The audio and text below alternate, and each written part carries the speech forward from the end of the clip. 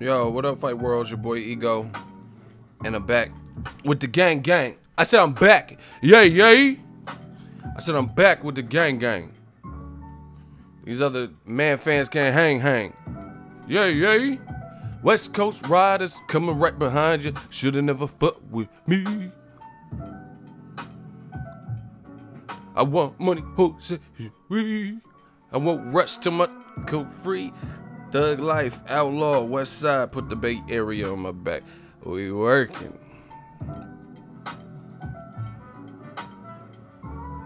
Oh man, not again. You know, I did a live stream. I was kind of tired yesterday, but you know, a true champion knows how to work through anything. Yeah, let's do the roll call. Let's get it. Where y'all from? I've been slacking on the mackin'. City, state, zip. Where y'all at? Where y'all from? We gonna talk about this. I feel much better today.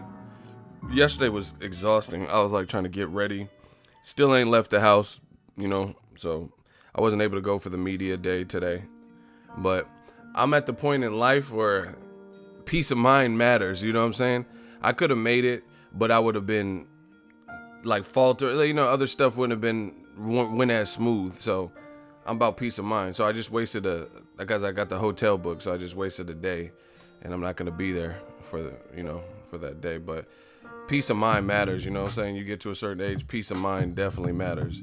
And instead of running around like a chicken with my head cut off, it was just worth it to stay behind and then fly out late, you know, on the late night.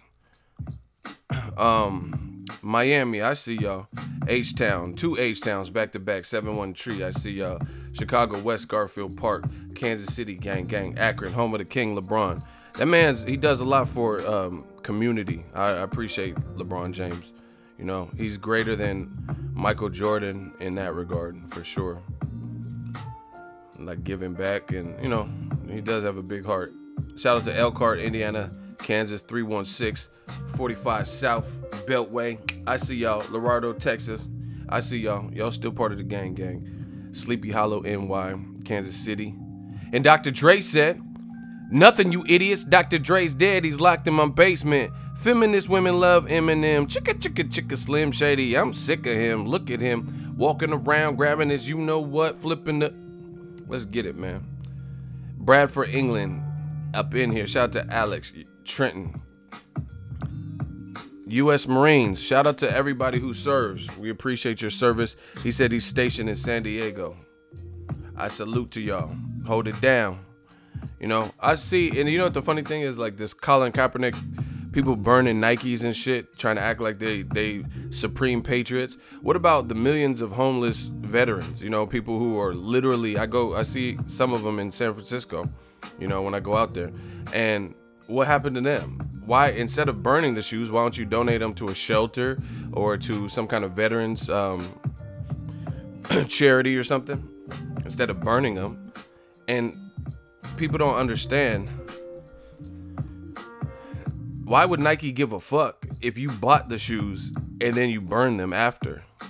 You've already paid for it, dummy. That's like somebody super chatting me and saying, "Fuck you, Ego," and then getting blocked. You've already given me your money. You know what I'm saying? So what does that do? What does that do if you paid me money for a product or whatever just to say fuck me? You know, it's stupid. But see, that's what I don't like, the fake outrage. I don't like fake shit. I don't know if you guys notice a pattern. I don't like fake shit. Fake outrage. Oh, Kaepernick, what the fuck?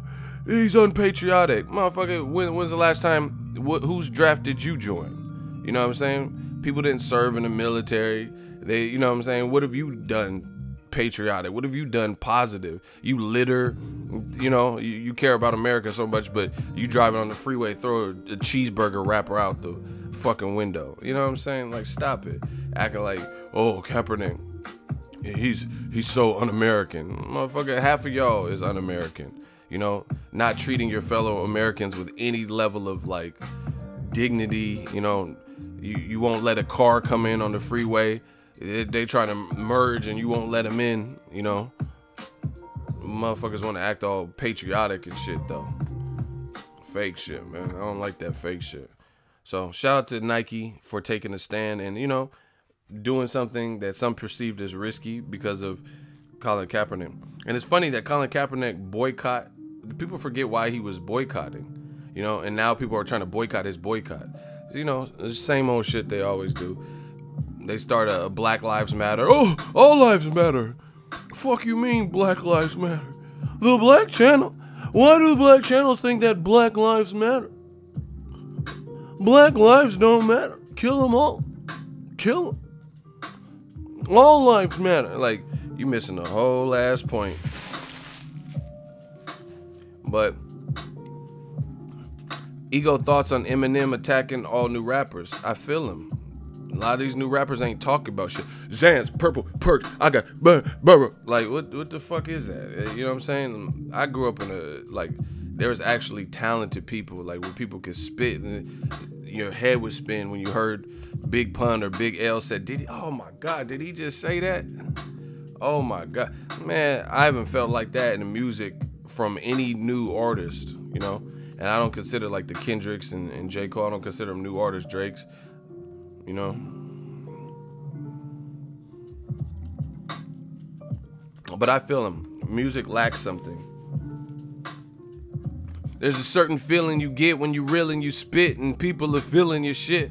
You know, there's a certain feeling that old music used to have for me, and that shit has been dead with a lot of new artists. Don't get me wrong, some of this shit's cool. You at a club, you know, talking to a girl or some shit. You want to hear some shit, but they do it like, I don't know. I don't be popping 1,000 pills and shit. I never done drugs like that, you know what I'm saying? So it's hard for me to relate to that. I don't have a bunch of, I don't even have my ears pierced.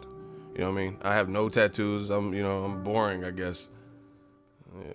Getting face tattoos, and people be getting just whatever on their face. Like Tekashi got the Saw doll. Like, why does he have that? Like, what? Like he was part of the movie or something. I want to play a game. You've spent your life banging Treyway. Now the game is placed on you. The key is in your nutsack to free yourself. You know what I'm saying? Like, he part of the Saw franchise. Like, what is? I don't know. I just don't understand it. You know. And you know, at least Tekashi be around some real gangsters. It look like. But who is like Lil Xan? Who the fuck is that? That looked like somebody we would make fun of when I was growing up. You know what I mean? Not trying to be like a bully. I know. Ooh, I wasn't no bully like that, but you know what I mean? We would roast each other. And Lil Xan, motherfucker, looked like he had, you know, that person that had that extra dribble for no reason, just like spit mouthed it. That's what Lil Xan looked like. Who the fuck is that? 5'3", random ass white dude. He looked like fucking one of the sons from Home Improvement gone gangster or some shit. Remember that Tim Allen show?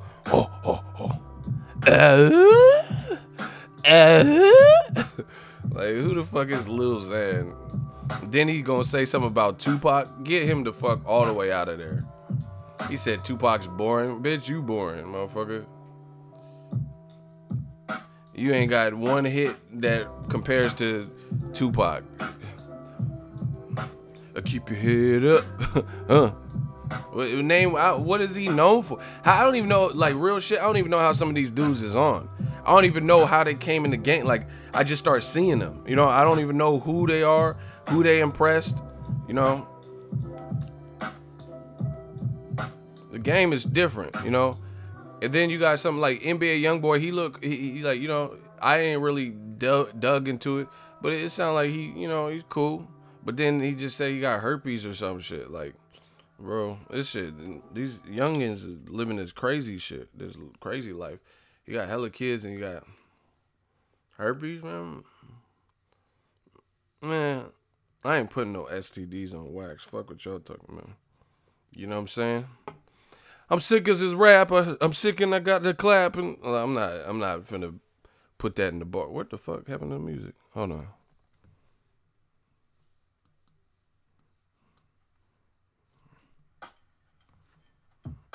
Yeah. I got chlamydia, getting rid of you. Like, I'm not putting that in my verse. I don't give a fuck what y'all talking about. I'm at the Planned Parenthood. I'm about to plan the Parenthood. The parent should, like Parenthood. Like, I got these STDs. These BAC. Like, I'm not putting that in though. King Corleone said, I will belly to belly super. Hey, you tripping? Y'all try to DDT these. Jazz per Jazz, $2 super chat. What's up? Been out for a minute, but we back up in it. We back up in here. Let's get it, man. Kodak doesn't got Lil Wayne anything. Lil Wayne was spazzing. I never heard Kodak spaz like Lil Wayne. I got game like a sportscaster. Wayne, your broadmaster. I have my boys masturbate on your broad faster. Back the hard in the plastic. Watch how I go hard on that ab with it. I move a jag tinted in your residential. Swagger might pinch you. Like, interior murky. Sheesh. I'm repping my city, my hood, my rapper. Like, old Wayne was killing. Sweet potato ass nigga, you cherry Moran. Apple cuts to cherry jelly. Don't make me get the biscuit buster. Yay. What up, Jizzle? You my distant brother. Put his feet in the blade. Yeah. I'm the heat in the blade. With him in the streets with Blake. And in the red dot. You ain't fucking with Prime Wayne. Prime Wayne was killing. Prime Wayne was killing. That man said, not even in the eye exam, they ain't looking for I. The A and the K will make your face crook to the side. And when you smile, everybody gotta look from the side. Oh my. That man said, not even in the eye exam, they ain't looking for I. Pfft, that shit was hard. Lil Wayne, that shit was hard. Hey. Yeah, that shit was hard. That man said, not even in the eye exam, they ain't looking for I. The A and the K, the AK, oh my God. The A and the K will make your face crook to the side. Now when you smile, everybody gotta look from the side. Yeah, let's get it. We just doing this lyrical exercise. We about to get into this Al Haymon news. Weezy had bars, but very inconsistent. What? How was Lil Wayne inconsistent? Lil Wayne had like 250 songs one summer or 1 year. Y'all tripping. Wayne wasn't inconsistent. Wayne was consistent. Them squad up, them dedications was all hard. What did he say? Oh my gosh. What the fuck did Lil Wayne say where he said something. He said shooting like a cowboy trying to see red skin. Bitch, I'm fly, I'm skyborn, young Ozzy Osbourne, floating like a cloud, boy. Oh my God, he was killing. That man said, he said I'm shooting like a cowboy trying to see cowboys, redskins. Pff, he was spazzing.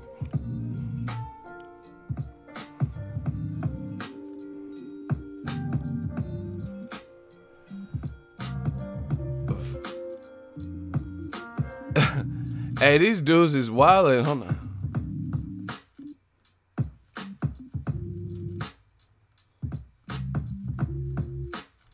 Hey, I don't know what that dude was talking about. Yeah, hey, y'all wildin'. Hold on.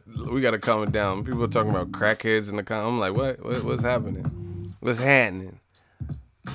Huh? That man Wayne said, I got game like a sports broadcaster. Wayne, your broadmaster. I have my boys masturbate on your broad faster. Bag the hard in the plastic. Now watch how I go hard on the ab with it. I move a jag tinted in your residential. Swagger might pinch you. Oh my God, he would kill him. Shout out to Business Brains for the $10 super chat. Holla holla. They can't touch me. I'm Tunchi. I'm me. Yeah, Lil Wayne, far from inconsistent. Yeah, I don't know who brought up crackheads. Like, keep calling me, man. Keep calling me. You keep calling me.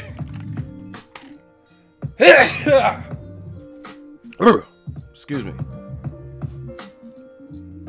No rest for the weary. Smash the like button. We never lose is the theory. They say it's new media or no media. Shout out to King Corleone. And we about to get it on. The Don Corleone.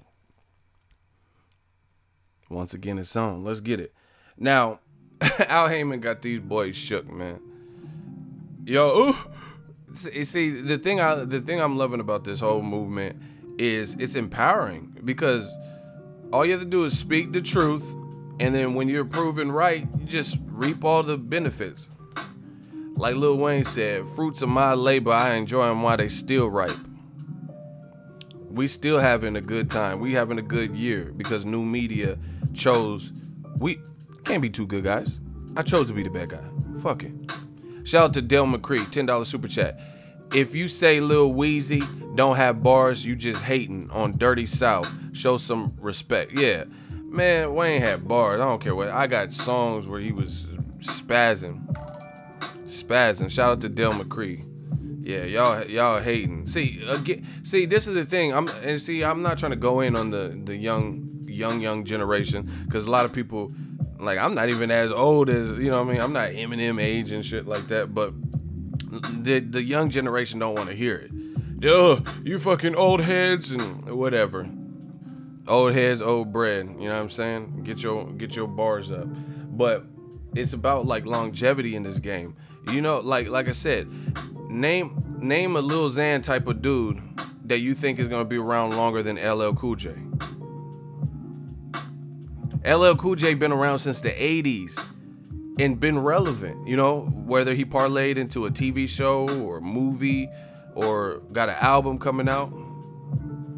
He has longevity in his game. No one could take that. His show, the little lip sync shit, just got a Emmy nomination. I'm hard pressed to believe, unless the future is mad different, that Tekashi or Lil Xan will transition their style into like mainstream TV. You know what I'm saying?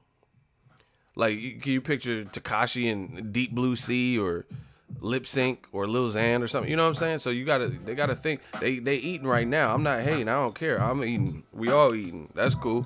But at the end of the day, you gotta see how you can stretch that money and have money for the long run. You know how many like people just in the early 2000s was popping, but now they not. So like Chingy.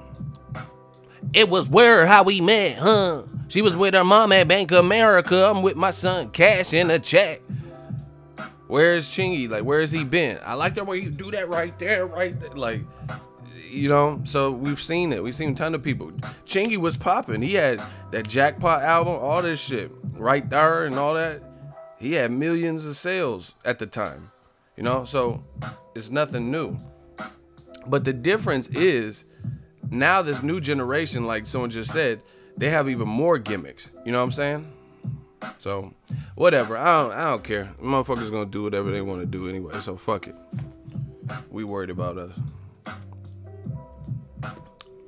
Hey, I'm not even trying to do you like that. Alexander said Chingy was a one-hit wonder, fam. You don't know what the fuck you're talking about. His album went multi-platinum. How are you a one-hit wonder when I could think of multiple hits that he had? That don't even make sense. You don't even know the definition of a one-hit wonder. How is it a one-hit wonder when he had Right There? He had the song with Jason Weaver, One Call Away. He had the song with Tyrese. You know? How is that a one-hit wonder? And I just named multiple singles that he had. And he had some shit on Powerball and all this shit. What are you talking about? I'm talking about he a one-hit wonder, fam. You know, y'all motherfuckers don't know. Holiday Inn with Snoop, yeah. Tipsy's not him, that's Jaquan. Yeah, that's like saying I'm a one-hit wonder. Shit, I'm a one-hit wonder. We make a hit, like Drake said, because I got all the hits, boy. He went platinum a bunch of times, to be honest. You know, dude's talking about how you a one-hit wonder, and I could think of several songs you had that charted. You know what I'm saying? Nah, that don't make sense, you know? A one-hit wonder is like what, like the dude. She lied to me. Do. Like, you know what I'm saying? Like, cause I never heard that song was a smack. That shit was clapping, and I never heard from that dude. That was it, Wayne something, Wayne Brady. Y'all don't know shit about music. MC Hammer was not a one-hit wonder. MC Hammer had It can't touch this. Doom, do, do, do. How is MC Hammer? Man, y'all trying to disrespect the Bay. Mark Morrison, thank you. You lied to me. That shit was a hit, and I never heard of him since. MC Hammer didn't have one hit. He even came back when he was with Death Row, kind of came back hard. Pumps in the bump, pumps in the bump. We like the girls with the pumps in the bump. Hey, he had a pool party. It was like kind of like a Tupac. I get around, rap out. It was that type of video. He was like, pumps in the bump, pumps in the bump. We like the girls with the pumps in the bump. He was killing it. I don't know what the fuck y'all talking about. Hammer. Pumps in the bump, pumps in the bump. We like the girl with the pump. I was like, oh shit, Hammer came back. Motherfucker was in a Speedo, ready for the work. He's like, pump in the bump, in the bump. We like the girl with the pump in the bump, pumps in the bump. He was killing that shit. I was like, oh shit, this dude had a Speedo. I ain't wearing no Speedo. My long ass leg, I look like a fucking giraffe or some shit. Dale McCree, $5. She bang was a what? Someone said she bang, she bangs. Hey, you're a hell of fun. Hey, go watch MC Hammer. It's on YouTube. Pumps it up, pump it up. We like the girl. Y'all better put some respect on the Bay. Motherfucker had a Speedo on and was still coming for that work. Will Smith ain't a one-hit wonder. Y'all don't know shit. Motherfucker Will Smith had a song with Freddy Krueger. What? He had the actor to play Freddy Krueger in Freddy Krueger character on his album. Will Smith is GOAT status. If you got Freddy Krueger on the album, I don't know anybody else that got no feature from no motherfucking Freddy Krueger. He's like, Will Smith, like, man. Summertime's an all-time classic. Summer, summer, summertime. Here it is, slightly transformed. Just something no. Gotten a little bit out of control or too much. Something dancing. Hey, he was killing. Sound like Rakim and shit. Here it is, slightly transformed. Somebody said Miami. Hey, that shit was kind of hard too. Come to the city with a hand. He said, I talked to Ali, told me I'm the greatest. Somebody to be with the heat is on tonight. Welcome to Miami. Hey. All ages and races, real sweet faces, every different nation, Spanish, Asian, Indian, Jamaican, a black, white, Cuban, and Asian. I was like, okay, Will. Will was he was kind of jiggy with that. Oh, now that's how you're supposed to shoot. Now that's how you're supposed to drive. Will was kind of doing that. Let's get it, man. Let's talk about this Haymon stuff. Because y'all motherfuckers, the Black Channel, all they care about is music and dance. They just want to shook and jive and dance. Why do they keep saying pumps in a bump? The Black Channel, that's all they talk about. Pumping and bumping. Hey, they sound sexy now. Hey, so it's I'm bringing back childhood memories, Nick. They say I'm bringing back childhood memories, huh? Let's get it, man. I'm having a good day. I hope y'all having a good day. Hey, I gotta listen to that after I get off the. I was about to say after I get off the phone with y'all, but that would be weird. After I get off this stream. The Black Channel, all they want to do is dance and eat chicken. Why do blacks like watermelon and songs? Oh, we kill it. They can't fuck with us. I'm sorry.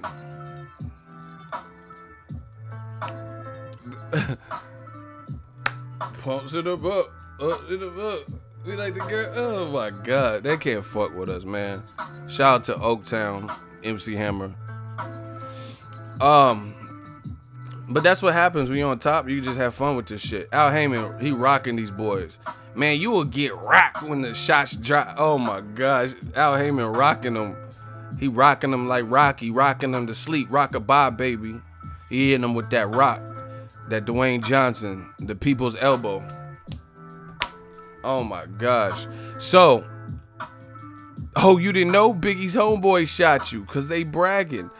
Al Haymon just sold up a deal. I believe it's a 4-year deal with Fox. Fox Sports, FS1, Fox, and then the Spanish version, right, of the channel, to bring Premier Boxing Champion fights to that network.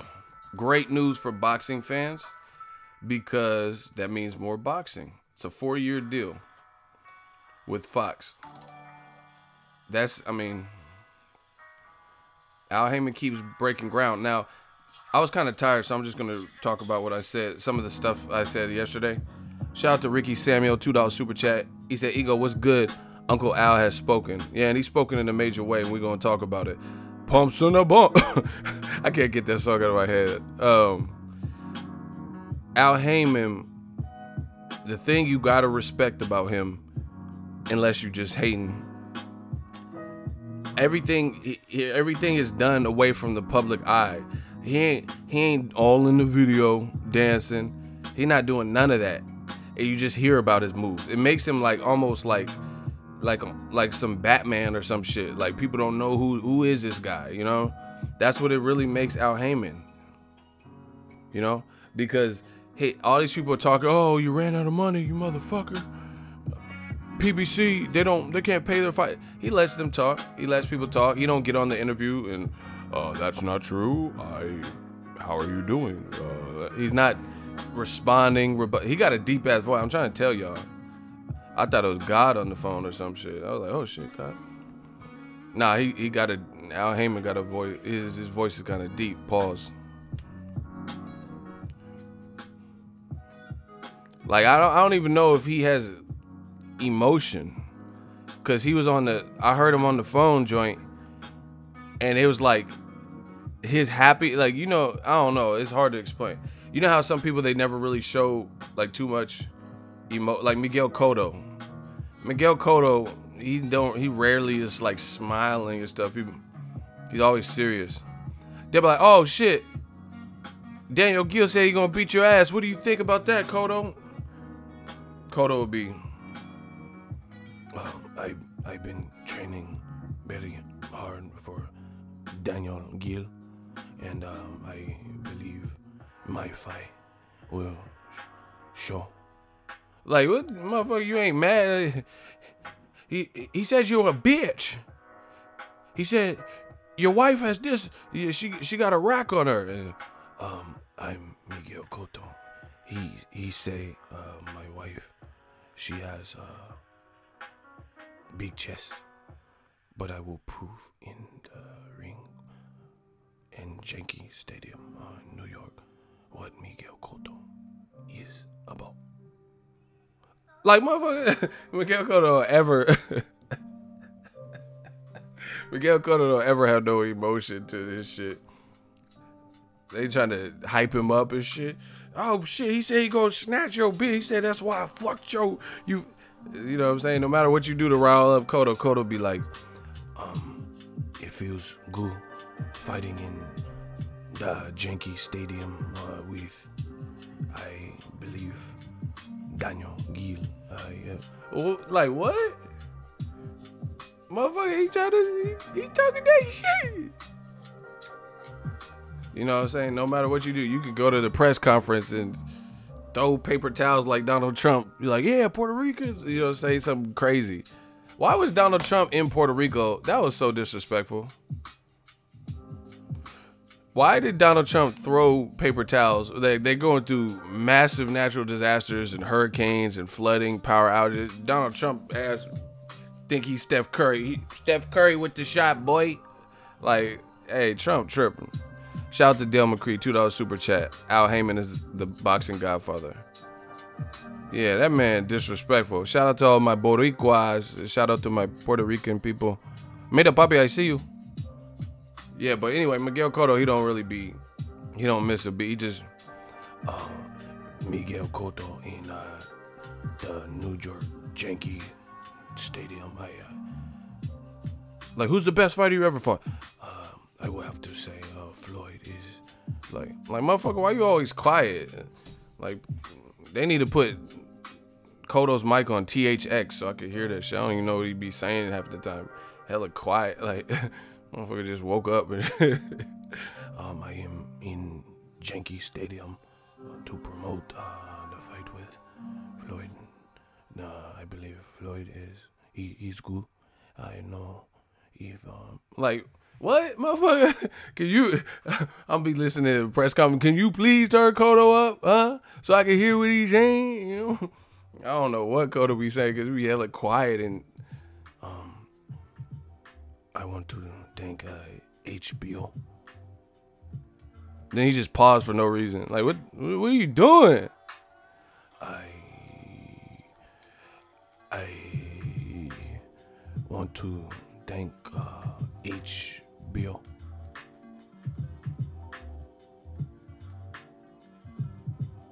I'll be like, no, my TV froze? I'm trying to click it. What the fuck wrong, Kodo? And he's just staring. Like, you want to thank HBO and what, motherfucker? Like, say something, Kodo. That motherfucker just stuck. I want to thank HBO.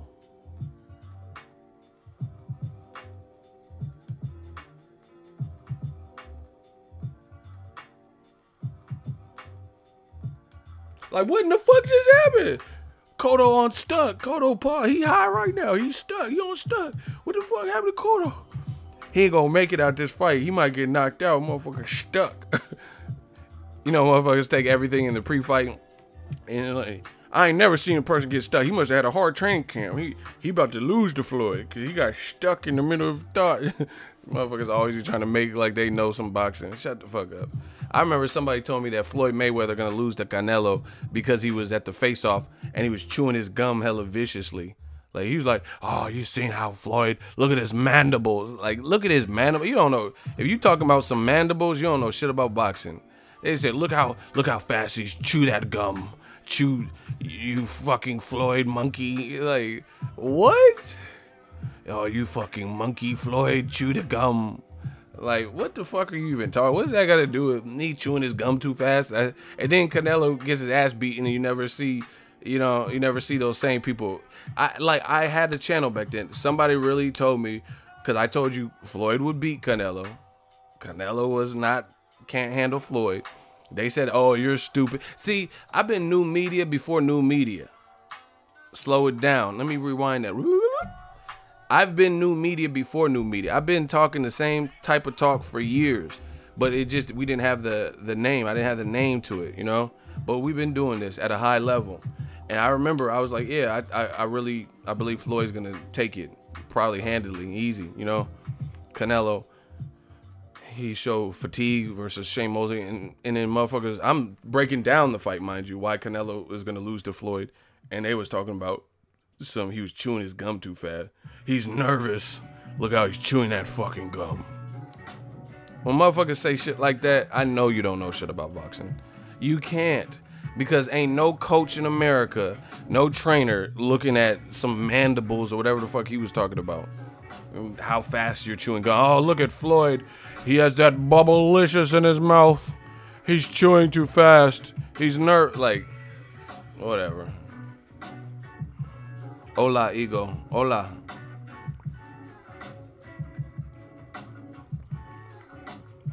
Shout out, please, bro. Baz and Chris. Shout out to Baz and Chris. I don't know where y'all are from, but welcome. Ego's Army. Gang. We just working. Yeah, it was because Floyd was like chewing hella quick. And they was like, yeah, look at how nervous he is. Canelo's going to destroy him.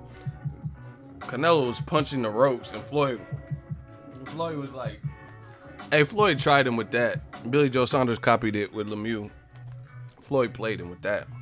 Anyway, let's get back to it, man. We all over the place. Am I gonna cover Ortiz Molina? I think I want to. I believe Money Powell and Joey Spencer are on the card too, and it's in my state. Video on any Canelo news today, Ego. I ain't really seen nothing from Canelo today, so if it comes, it comes. But at the moment, no, I ain't heard nothing. Hey, Darren Till look kind of big. He's like this next to, what's the name? Woodley. He look big. Hey, Ego, tell these folks to get them likes up. Shout out to James Payne. I came to bring the pain. Hardcore from the brain. Shout out to you for the super chat. $2 gang. Yo, let's get the likes up. Now let's break down this Al Haymon. I know that's why we had a little fun. Now we got to get back to business. This is my thoughts on the Al Haymon deal. Al Haymon is strategic, and he just be dropping bombs out of nowhere. You dropped a bomb on me, baby. You dropped a bomb. Just dropping bombs. It's a 4-year deal with Fox, right? And it's to put basically 20 plus fights on Fox, FS1, and Fox Deportes, right? They also have Fox PBC pay-per-view events if they want to. You know? So if they're, let's say Wilder Fury, they can now, well, I don't know when it kicks in, so I don't know if the Wilder Fury fight will be eligible, but hypothetically, this deal kicks in December, at the latest January. That's when the clock ticks for the fiscal year for the deal. So hypothetically, if they wanted to, the Wilder Fury fight could be on Fox pay-per-view, FS1. I mean, obviously we know it's not going to be on FS1, or it could be on Showtime. Most likely, in my opinion, Showtime would probably get Wilder Fury because they've done a lot for the heavyweight division, showcasing Anthony Joshua and Wilder's last fights. So it'd be kind of messed up to pull them, you know, even though they're Al Haymon fighters, pull that type of, you know, when they've been putting so much energy into promoting Wilder and even Joshua, you know. So I don't know how they're going to work out who gets what fights, but it doesn't matter. What does matter is that they have the outlet and the conduit to do it. They can do it now. You know what I mean? So they have 20 plus fights on these different Fox platforms. Check it. Because I had, see, some of y'all don't, I hate, this one thing I hate about the internet. I talk videos, I talk boxing, and then when I'm on live, I don't see the same energy and the same people show up in the same subject matter in the comment section when the video is not live. So this is my way to talk to everybody out there. I can't physically, you know, I'm not a president on some promotional tour where I stop by Iowa and all this stuff. So I can't talk to everybody one-on-one and answer every comment. It's just, not to sound big-headed or anything, it's just not gonna happen. I get too many comments, you know, I got a pack for fights and stuff, so it's not gonna happen. So a live stream's a little bit different because it's more quaint. It's not like I have to sift through a bunch of comments. I just see them scrolling up. And those same people that have so much to say about the same subject, when I do the same subject in a live stream, a lot of them don't show up. And then when they do show up, it's just like the last stream where they say, oh, you're hating on Eddie Hearn. What did I say? Fuck you. What?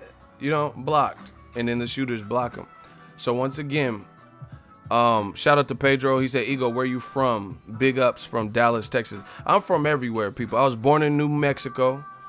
I lived in England, and then I've been in California most of my life. Death Row East. Sarah Valdez, bingo, because they're scared, LOL. Shout out to Money Pal, $5 super chat. What's up, Ego? Hearn is, quote, smashed by this deal here in the U.S. Plenty of opportunities to showcase our fighters here at home. Can't lose. Correct me if I'm wrong. Is your son fighting on the John Molina, Victor Ortiz card? This is Money Pal the Fourth, his dad, and thank you for the super chat. Is your son fighting on that card?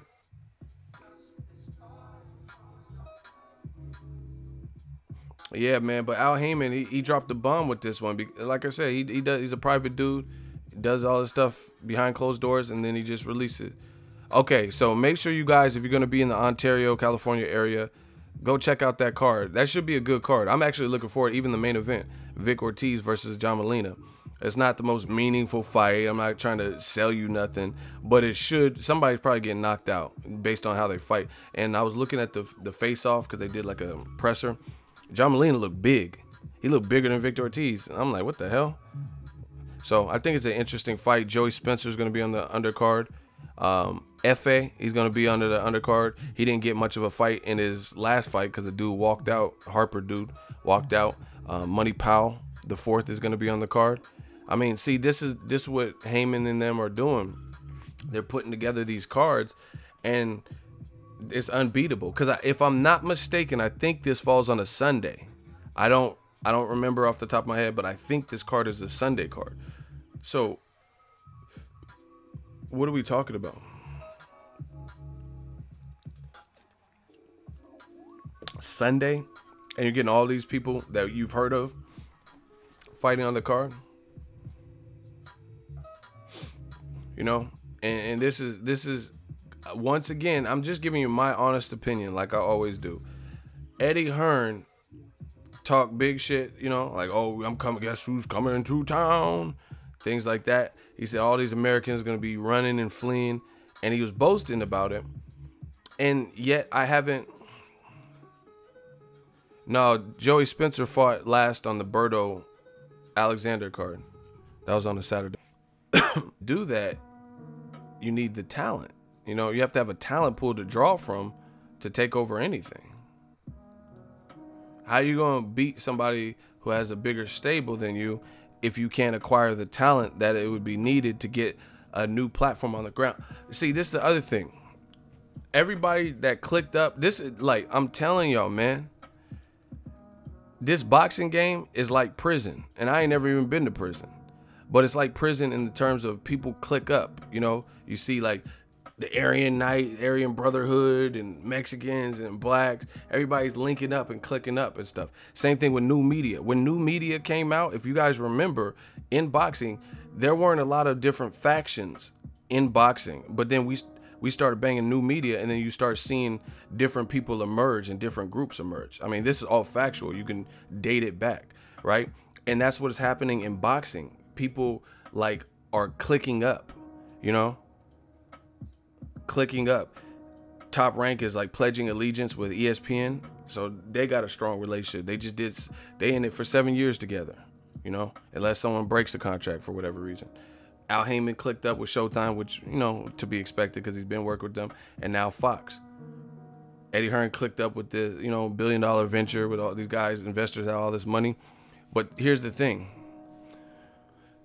The difference between Top Rank and Al Haymon's moves are this. One, they both have established stables where some of their bigger earners, there's money put into them and they have momentum. For example, Top Rank. Vasyl Lomachenko, yes, he does have one loss, but he's looked good since that. There's money invested in him. People are knowing the Lomachenko brand. So him being able to fight on ESPN, an established, here, I'll get to that in a second. Terrence Crawford, same thing. You guys get it? These are established guys with momentum and who look to have the skills to, you know, keep fighting at a high level. So that means multiple outings with Top Rank and ESPN and those people. And then on the back end, they have the Shakur Stevensons and Michaela Mayers and Mick Connellans and Teofimos and different guys that are coming up that are starting to get a lot of noise and exposure, right? Shout out to D Bevel the Champ, $10 super chat. My bad, I was late on my Ego Zone subscription. See you at the Box Fan Expo, #new media. It was good seeing you last year. I remember you from last year. Shout out to my dude D Bevel the Champ gang. See, we getting Dazn subscriptions in the super chat. Dazn, that's $9.99 a month. We getting that in one chat. You know, so America got money, but they're not going to invest in something that they don't believe in, period. But you look at the Top Rank, like I just went over it. They have budding stars that they could really do something with, like Teofimo, Shakur, like all those guys, Gabe Flores Jr., like all these guys can really grow in the sport and start doing great crowds, right? Michaela Mayer, she has an exciting style for a girl. She looks good, you know, so people, you know, unfortunately, when it comes to women's boxing, that matters. They look at stuff like that, you know what I mean? And I mean, she has the best of both worlds. Olympic pedigree, she can scrap, and she looks good. So that. Now look at Al Haymon. Al Haymon has an established guy. Charlos don't need to go to like charm school. They know how to rile people up. They know how to talk in front of a mic. You know, they don't have to go to fucking etiquette classes or public speaking class. They've been doing it. You know, they've grown with it. So the Charlos, they're good to go. You put them in the right fight. Like, let's say I don't know, Saunders, Andrade, or Jacobs, Derevyanchenko winner versus Charlo. I mean, that's an awesome fight. You know, there's nothing to really build up. He knows how to conduct himself. He knows how to get people talking. Period. You know, Errol Spence, skills pay the bills. He's getting all the praise. The people. He's not as much of a talker, but it doesn't matter because people are talking for him. People are like, God damn, Errol Spence a monster. Everybody's ducking him. Whoom, whoom, whoom. Shout out to Slade. We got another Dazn subscription. He said, guess I'll pay my Ego Zone subscription as well. Y'all trifling, but thank y'all. I appreciate y'all for the super chats. You know, and the list goes on. Danny Garcia versus Sean Porter. The winner or loser can still have big fights. You know, let's say Sean Porter loses. He could still fight Adrian Broner. He could still rematch Thurman. You know, right? Let's say Danny Garcia loses. Danny Garcia, Adrian Broner. That's a great fight. You know, Danny Garcia, Peterson rematch. You know, there's Amir Khan. There's just different things they can do. Now, fast forward to Eddie Hearn. This is why it's not that I'm hating on Eddie Hearn. This is my honest opinion. See, listen, I'm about to look. This is what we about to eradicate. I'm saying all these facts, and dude just says 22 STE. He says Matchroom all the way. See, that's called cheerleading. You're not talking about nothing. You're just saying what you want to say. So, does Dazn have a better stable than Al Haymon? Because you said Matchroom all the way. You didn't say PBC all the way. You didn't say Top Rank all the way. You said Matchroom all the way. So, does Matchroom, now you in the hot seat. I'm not playing no games with these dudes, man. Who has the better stable? 22 STE. If you say something stupid, you will be removed from this chat. Who has the better stable? See, this is what they want to oppose what you're saying so bad, where they just start hating. Oh, Matchroom forever. I got a Matchroom tattoo on my back. It's Matchroom for life. Like, just saying whatever with no substance and no backing up. You know? So 22. You got to do something, baby. Your first response, make it your best response. If it's something stupid, Matchroom brought heavyweights back to the UK. Okay, that's a clear strike one. The question had nothing to do with Matchroom heavyweights.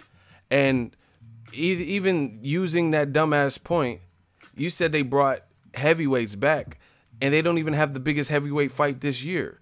Wilder Fury is getting more recognition and buzz than Joshua Parker or Joshua Povetkin got. So how are you going to credit Matchroom for restoring the heavyweight division when they don't even have the best fight this year? You see, this is strike two. Strike two. Do you see? This is what we're dealing with. A bunch of emotions. Not facts. Emotions. They don't even have the best heavyweight fight this year. Dillian White, Lucas Brown, Dillian White versus Joseph Parker on a loss, but you're crediting Matchroom for restoring the heavyweight division, and Luis Ortiz versus Wilder, and Wilder Fury, if it gets announced, which Tyson Fury just posted another video today, and he says, Wilder, I'm coming for you, your shit house, or whatever the fuck he was saying. So Wilder alone has restored the heavyweight division if he fights Fury, because both of his fights are better than Joshua's fights and Dillian White's fights. Bigger for boxing. Shout out to MP4 Vids. Check out his son Money Powell the 4th. He's fighting on the John Molina Jr. versus Vic Ortiz card. Ego Zone chat donation. Nail all hot seat personnel. Thanks. I appreciate you, man. I'm probably gonna come out because I want to kick it with y'all. September's a busy month for me. I'll be surprised if Fury even happens this year. Block him. 3 strikes you out. They see, this is how you know they're hating. This is how you know they're hating. Please block 22 Stee 22. I'm 21 Savage. If you 22 Stee or whatever, I'm 21 Savage. They want to hate so bad. He can't answer the question, and then on top of that, he's speculating. I told you my stance. Weird shit happens in boxing, but until it comes from Wilder's side or Fury's side, I'm not going to assume that the fight is not going to happen. Since that is the side that told me it's going to happen, I'm going to leave it to them to tell me that it's not going to happen. Why would I listen to Eddie Hearn, who has clear-cut motive and reason to hate on the fight and not want to see the fight happen? Why would I believe him when he's saying, oh, it's not going to happen? He told me it wasn't going to happen at all, and then they announced it. You know, they didn't formally announce it, but they had the little makeshift face-off and interviewed him about it. So why would I care what Eddie Hearn or the next fan is talking about when the sides involved are talking about it? You know?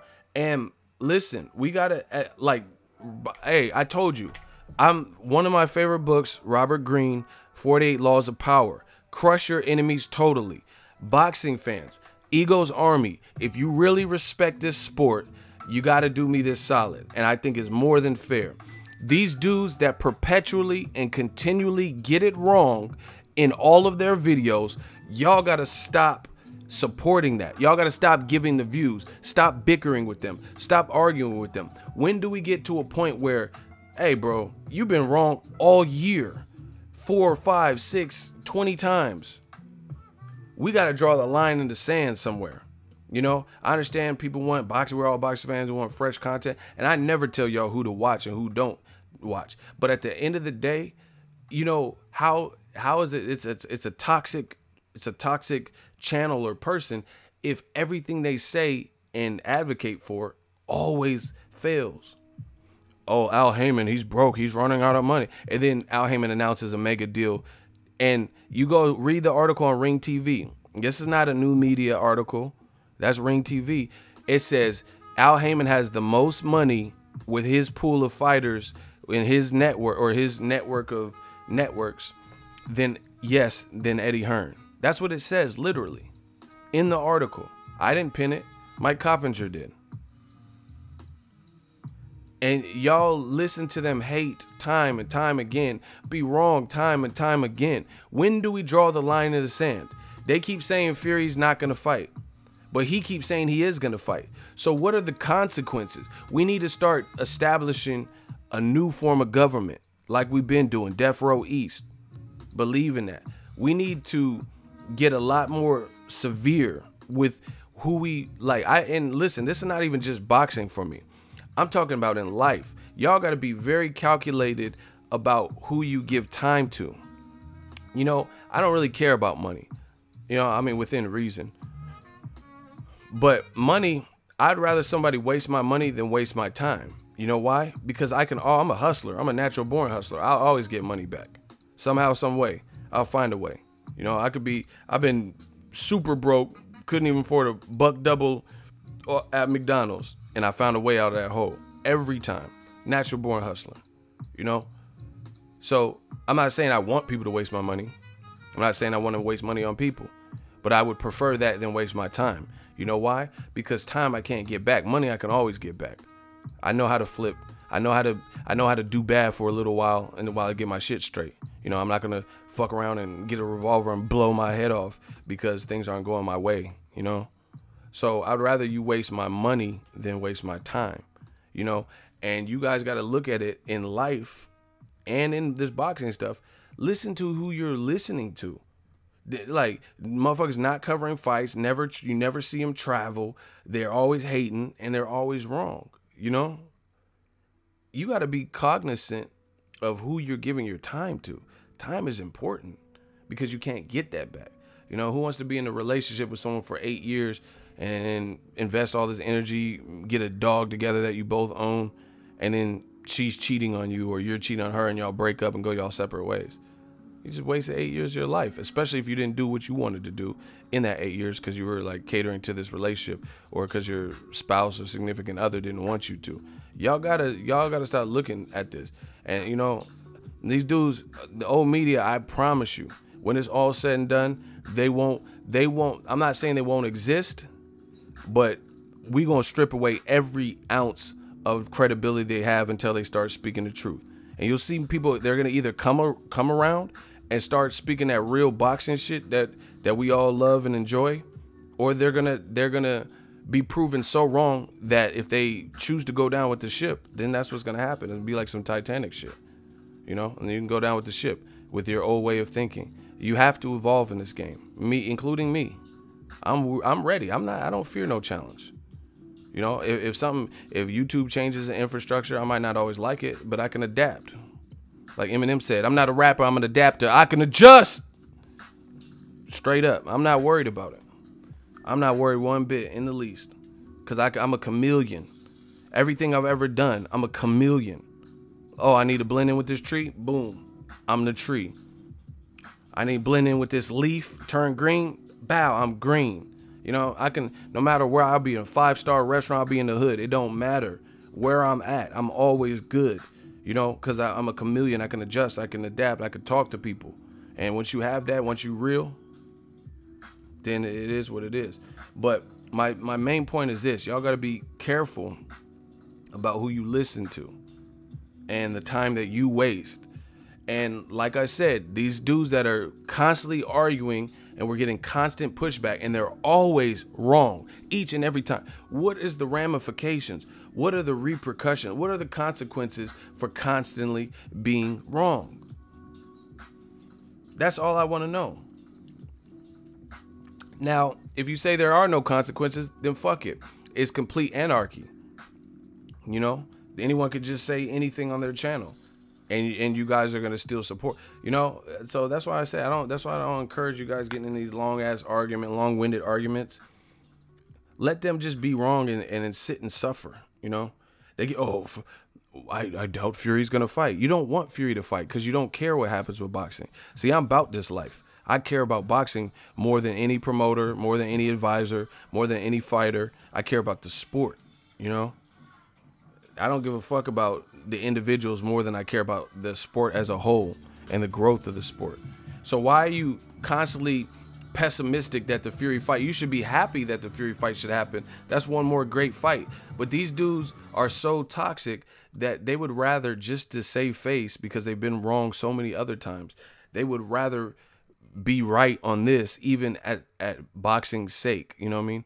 Even at the cost of not getting a good, meaningful fight that we need in the heavyweight division, in lieu of Joshua not wanting to fight Wilder and not taking 50 million or not having Wilder come to the UK and fight. You know, it's never that serious to me. I'm never going to prioritize my own selfish beliefs or needs over the greater good of boxing. You know, and that's just real. Like where I have to be so, I like being right. You know, I don't mind it. I mean, who does? I don't want to be wrong. I don't like saying sorry if I don't have to, but I will, you know? And that's how I feel about it. If you're right, you're right. You're wrong, you're wrong. But people are going out of their way trying to force feed you that they're right, and they're constantly being proven wrong time and time. So where do we draw the line in the sand as boxing fans and be like, man, you ain't on the money.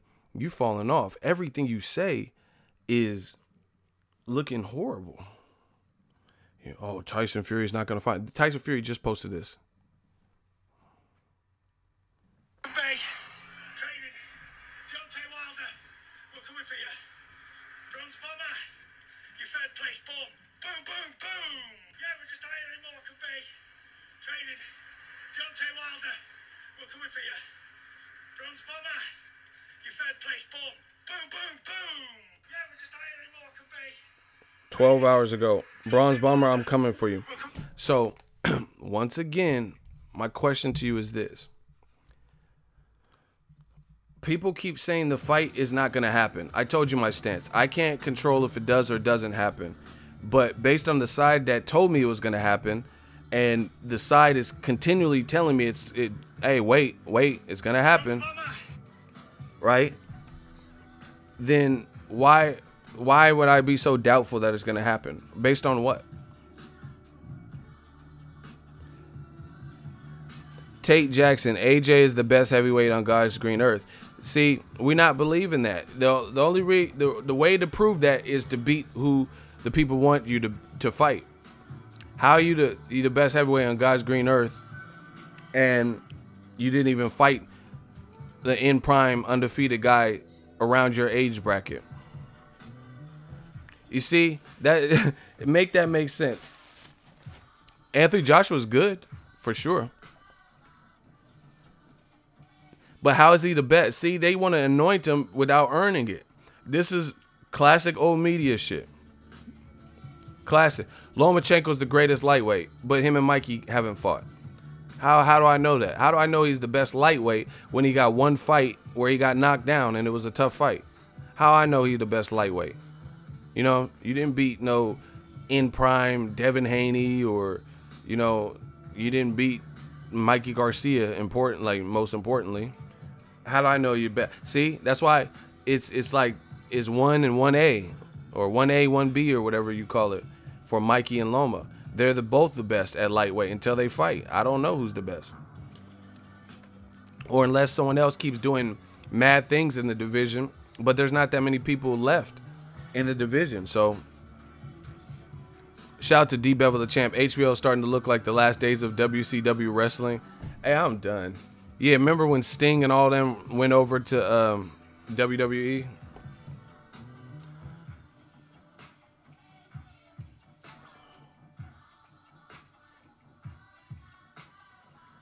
All right, I got a hot seat. These motherfuckers want to play dumb. Let's play the game. He said, then how do we know Mayweather's the best when he never fought prime Pacquiao? You sound stupid, because he did fight Pacquiao, whether you want to say he was in his prime or not, whatever. He still fought him, and he still beat his ass.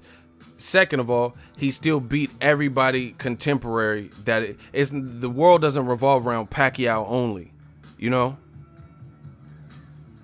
It doesn't revolve around merely Pacquiao. The heavyweight division, that's a bit different, because the heavyweight division is not really super stacked. You can clearly see who's ready right now and who's at the level in terms of what they've proven. For like Daniel Dubois, he might be great, but he's still fighting AJ leftovers. He's fighting Kevin Johnson. So obviously they're taking their time, as they should, with him. So the tier of new crop of fight, Joe Joyce and Daniel Dubois and shit, they're all good. Tony Yoka, they're all good, but they haven't had the resume to catapult them into the elite status yet, you know? And then you have like Dillian White, Dominic Brazil, Gerald Miller, right? Guys like that. And then I would say Luis Ortiz, Tyson Fury, AJ, and Wilder, a cut above.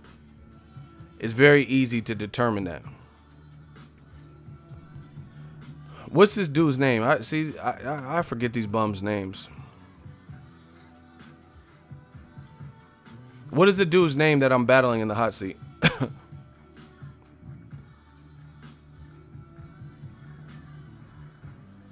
Prime Mayweather would dust Pacquiao. Exactly. These dudes are stupid.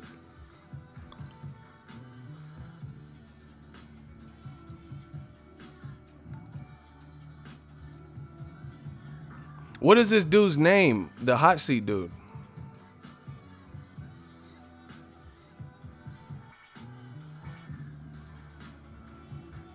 Hey, what is the hot seat dude?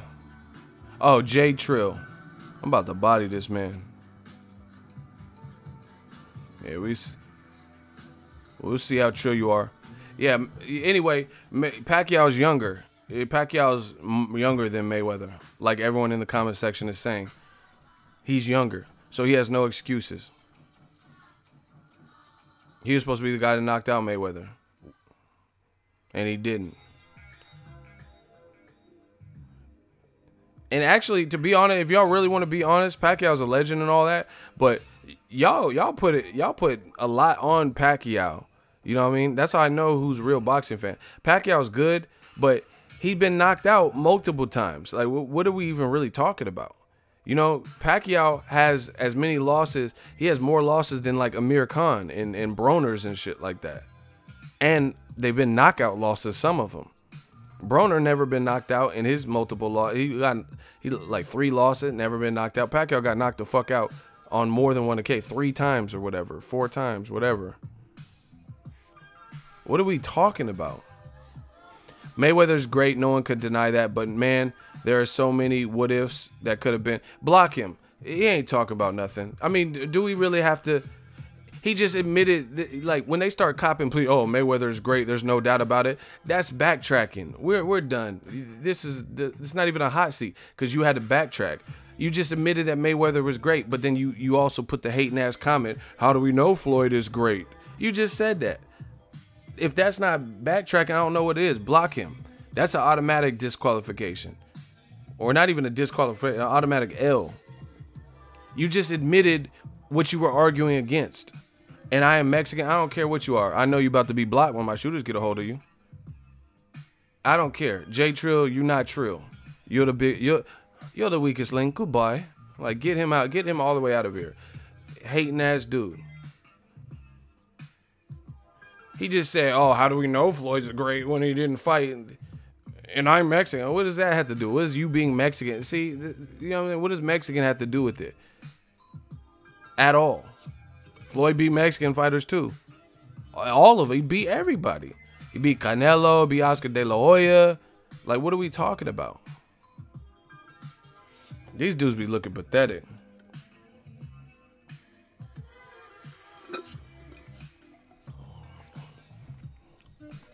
Like I said, old media, they're so accustomed to saying the bullshit and the narrative that they don't even think for themselves. It's just, the Black Channel, why does everyone praise Floyd? I mean, he's really not that good. And then you break down resume for resume, line for line, bar for bar, and they can't compete. Just like when people fight Floyd.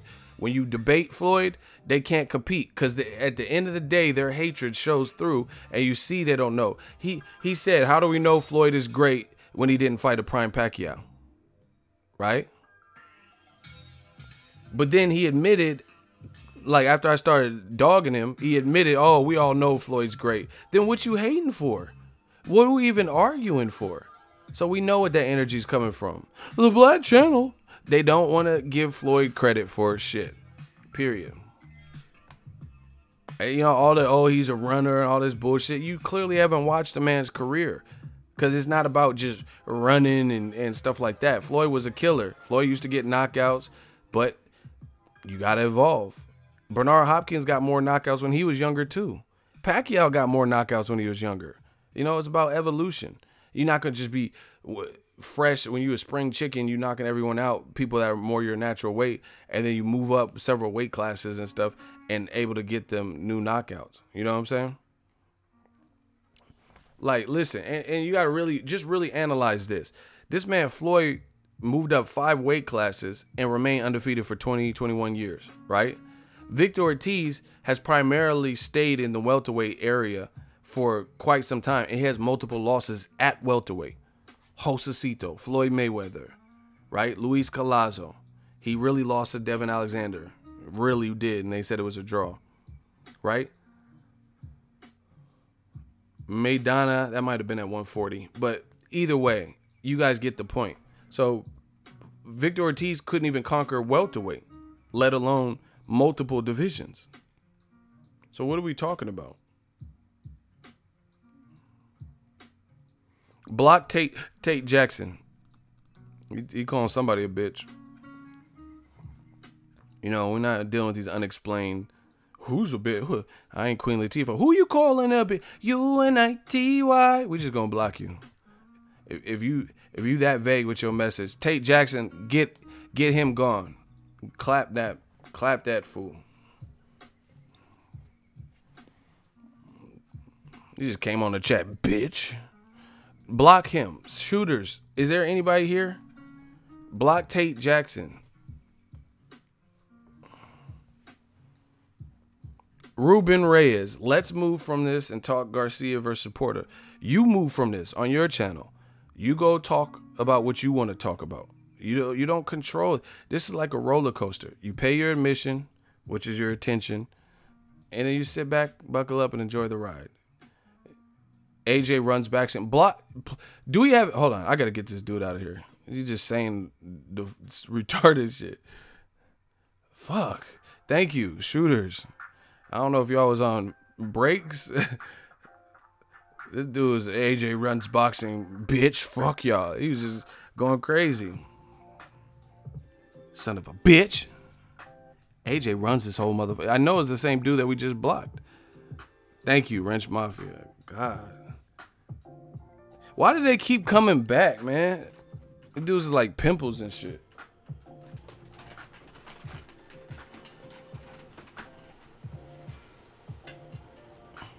They just keep coming back, man. But they say the channel is horrible. Oh, you don't know shit about boxing, but I'm gonna keep coming back 1,000 times. Like, whatever, man. Someone said AJ running all right away from Wilder. Hey, y'all tried him. Yeah, man. But anyway, this Al Haymon deal is big, in my opinion. I think it's real big. And listen, again, when I do a live stream, they never want to do these intellectual debates live and get found out. They always just revert to the videos where I'm not on it live. But some dude left a comment and he said, oh, they only got 60 million for this Fox deal. That's chump change for Dazn. Right? But clearly in the video he didn't listen. That's 60+ million, they're saying, just for Fox and its affiliate networks, Fox Sports, Fox Deportes, FS1, right? Al Haymon also has an extended 3-year deal with Showtime, and he's getting a similar budget. So you have to look at the whole umbrella. That's not chump change, because you know some of the Showtime's going to get some of the fights. So what are we really talking? And here's the other thing. If Eddie Hearn has so much money to play with, why are fighters that are relevant, winning, undefeated, momentum, have star power, not jumping ship in their current situation to go be with him? You know, if anything, that proves that money isn't everything. If Al Haymon's been in their ear for years and they feel he's guided them in the right direction, and hey, I was able to buy my first house, Al Haymon gave me real estate advice or some shit. People don't forget stuff like that. Nobody's gonna just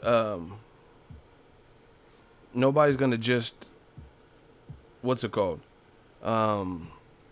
Forget about everything that someone's done for them. So you guys keep using this whole money thing. Money is not everything. Obviously, these guys want to be comfortable, but they also have to be in a situation where they entrust who's who. You know, so what? Basically, my point is this: who cares about all this money if you can't sign the talent? So what are you gonna do? Jesse Vargas get a bigger bag? If you can't get the guys that are like the flagship guys like Errol Spence, I mean, are you gonna give Jesse Vargas more money? Are you gonna, like, let's say you were giving him $10 million for 5 fights. Now, since you have all this money, are you gonna just double that just to get rid of the money, or what are you gonna do? What are you gonna do with the money if you don't have the talent?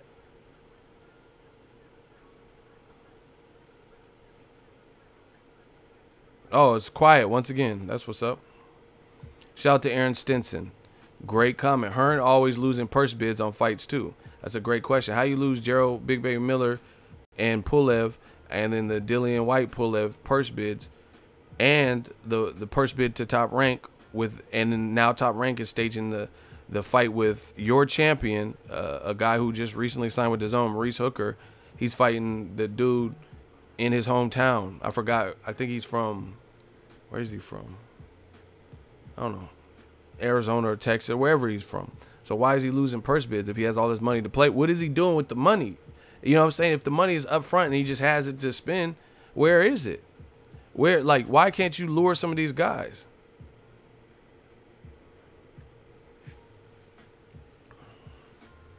OKC, thank you. Thank you. Shout out to George. Real boxing fans in Black Wall Street.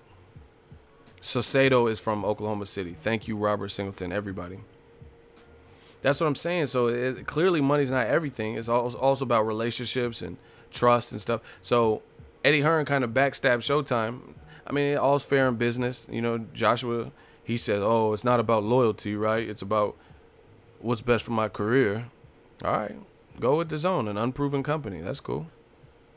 You know, good luck getting the support that you need in America until you start doing right by America.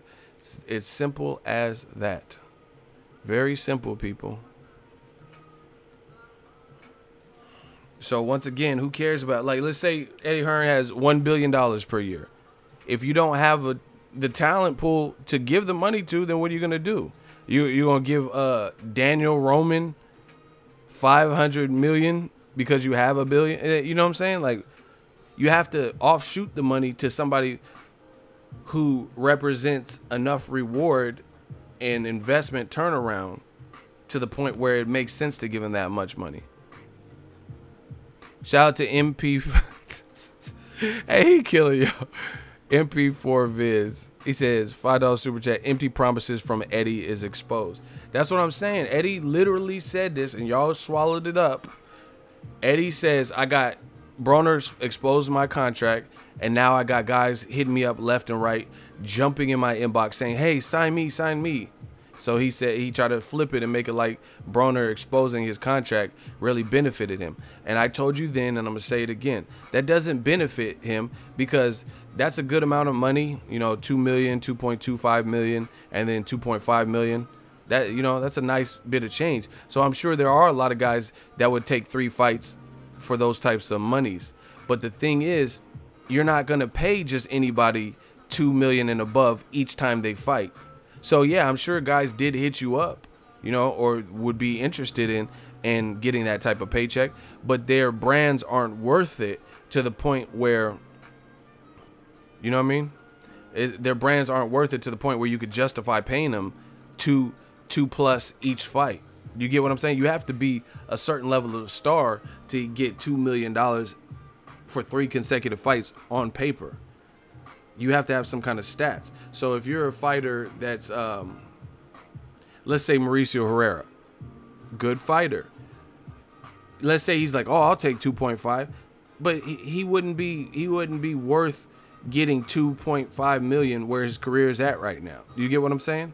So it's not about just, hey, I'll take that deal. It's about, are you worth that deal as a business? You know, because he can't just be giving out that type of money to anybody.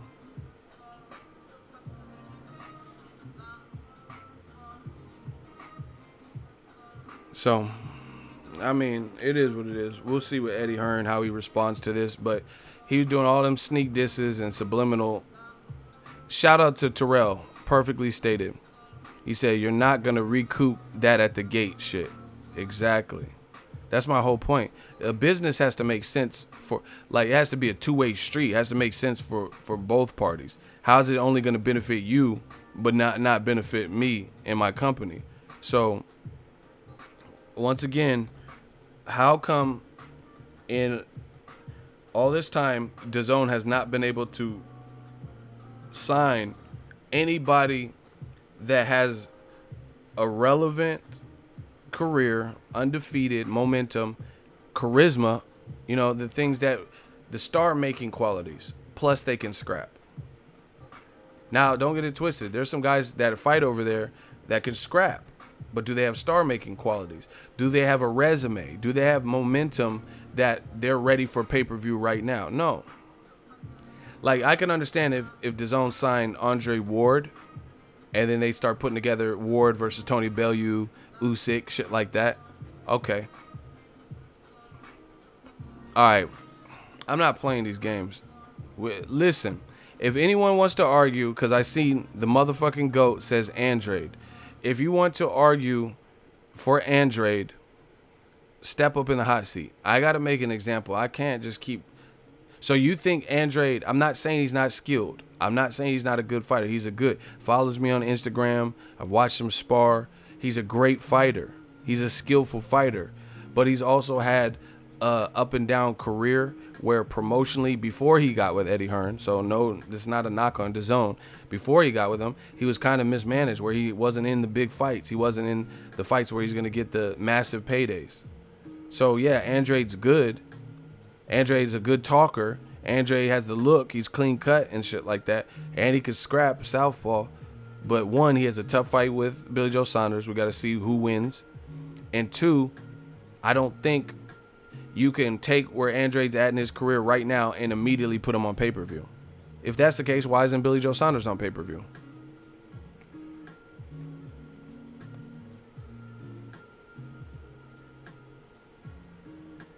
So once again, you guys you're not proving me wrong.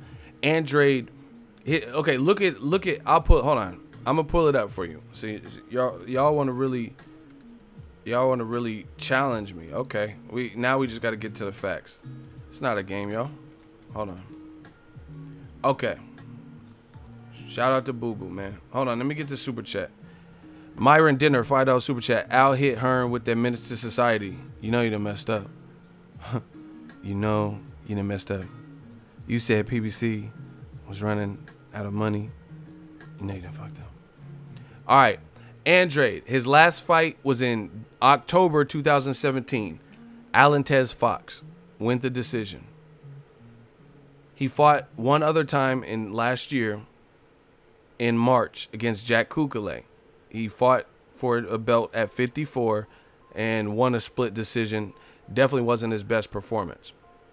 He fought one time in 2016 against Willie Nelson. He looked really good in that fight.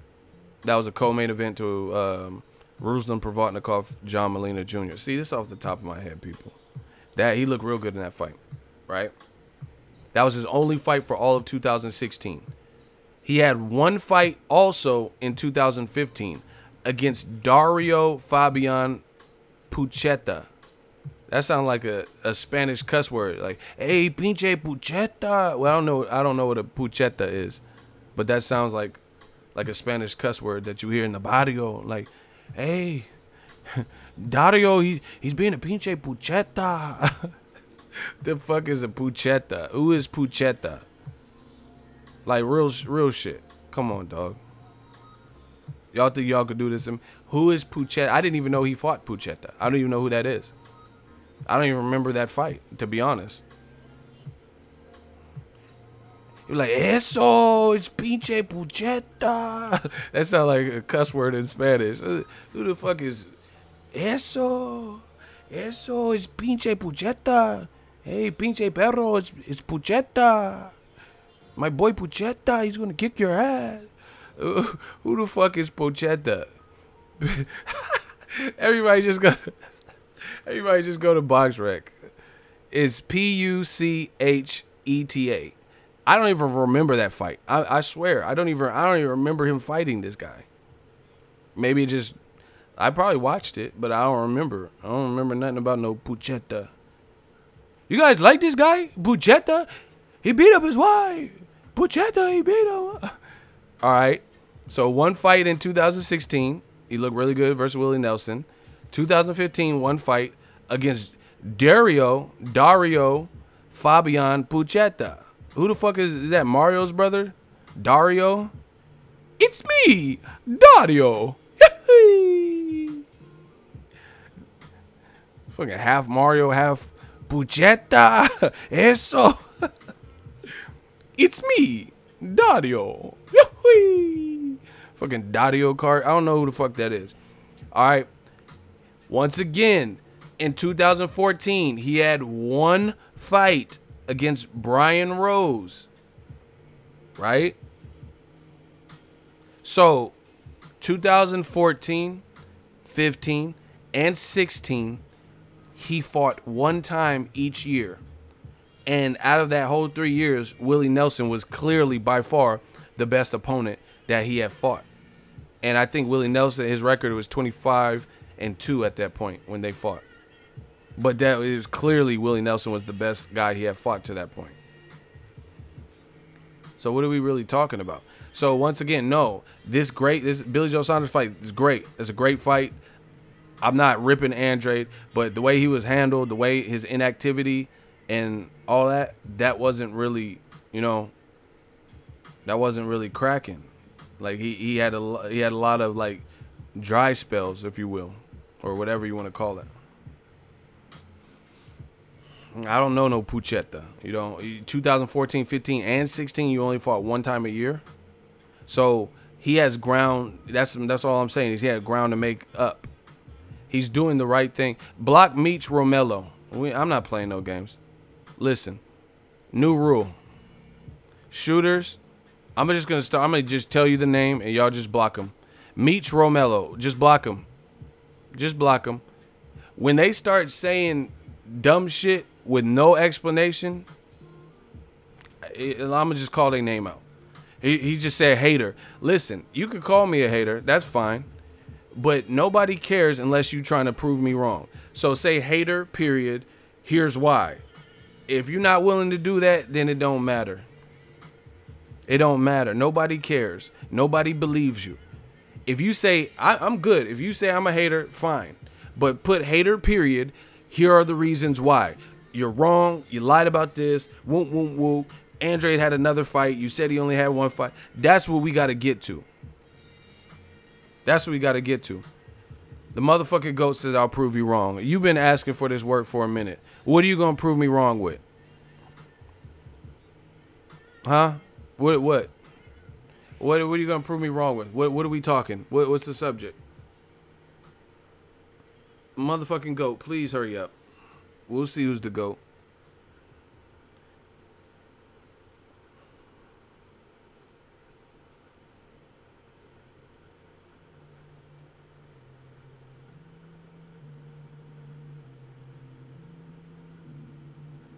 Hey, you called me out. You have 10 seconds to respond. We're not waiting for you. 9 seconds. The motherfucking GOAT. 8 seconds. Show must go on. 7 seconds. One monkey don't stop no show. 6 seconds. You got to respond. 5 seconds. Shooter, strap up. 4 seconds. 3 seconds. 2 seconds. You got to do something, baby. Shooters. 1 second. All right, block the motherfucking GOAT. Wasting everybody's goddamn time. Oh, I'll challenge you. It's challenge day. And then he just disappeared. We're not waiting for him. I'm not waiting all day for you. That's like somebody in the gym saying, oh, I want to spar you. I'll beat your ass. All right, get your gear. I mean, I left my gear at home. I don't have it. Let me. Oh, I got a cup you could borrow. I mean, my boxing shoes. Oh, what size you wear?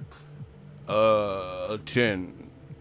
Oh, I got a size 10. My boy got a size 10 in the back. I left the oven on. Nah, we not waiting all day.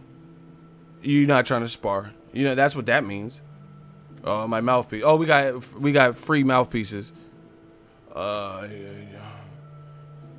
think I heard my daughter crying in the car. Like, you left your daughter in the car and came into a boxing gym? Like, is this what you trying to tell me?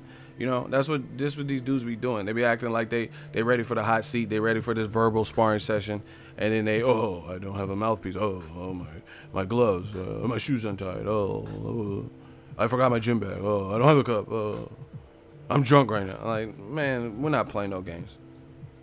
The shooter's just taking lives. That's it.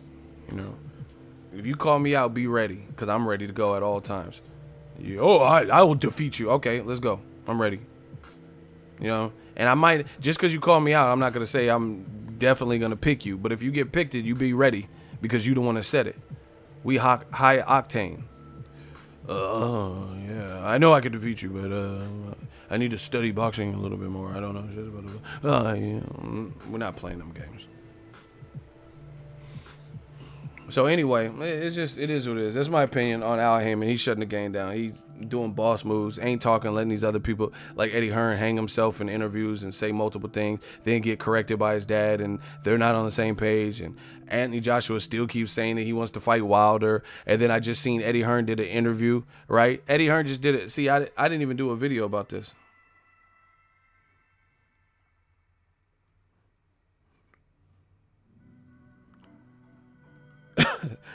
I didn't even do a video about it. I'm going to tell y'all. The real is back, man. Smash the like button. I know we've been slacking on the likes.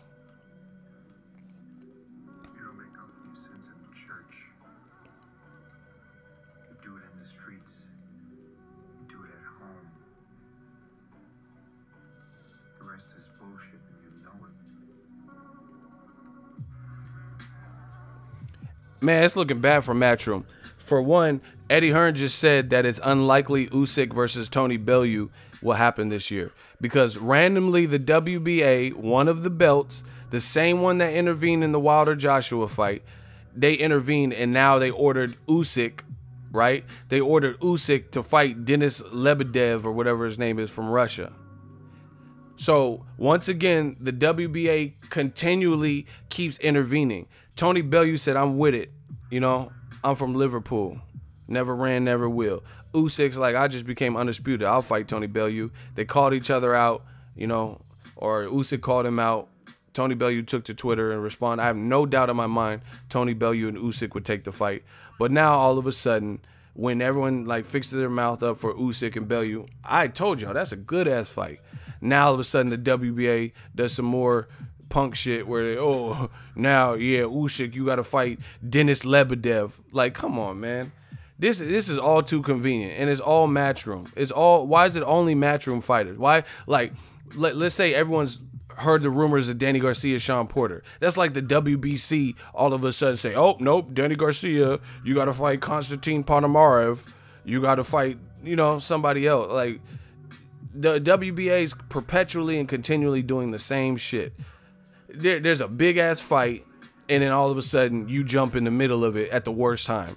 Come on, man. You can't tell me. Like, I'm not stupid. That's too convenient, too coincidental. Usyk, Bellew, excellent fight. I take nothing away from either. I think they both want to fight each other. I don't have a doubt that Tony Bellew, he's not scared, because why would he even fight a guy like David Haye at heavyweight if he was scared of Usyk? So I'm not blaming him. I really don't think it's him.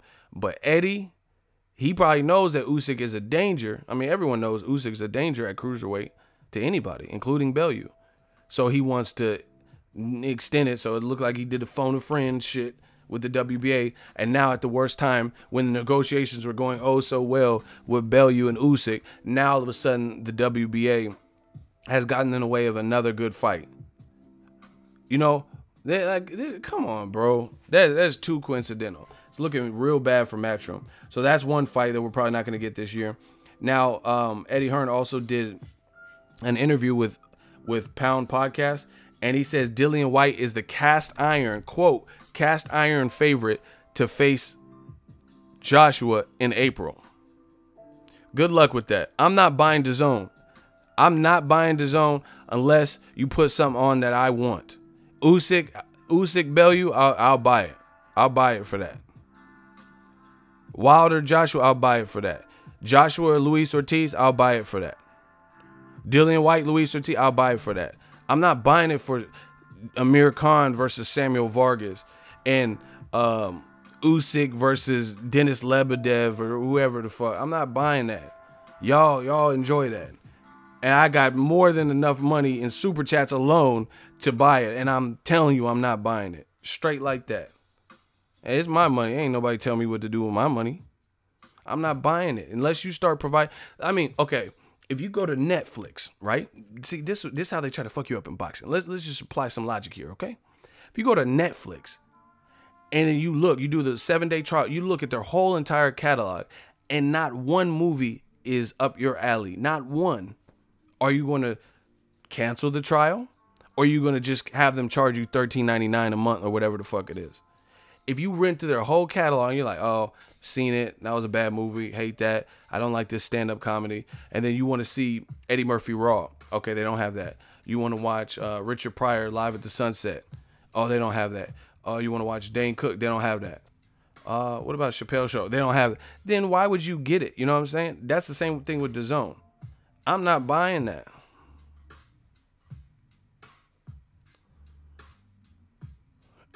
Until it's the fights that I want. Ego, it looks like you want be buying. I don't know what you just said.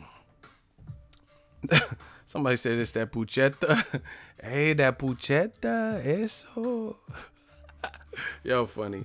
I'm just telling y'all, like, I can't buy it. Yeah, unless it's some shit that's meaningful. It's like, how is it this matchroom fights keep falling apart? They said Bellew, Usyk both wanted it. Negotiations are going great. And then conveniently, once again, the WBA pulls their rabbit out the hat trick.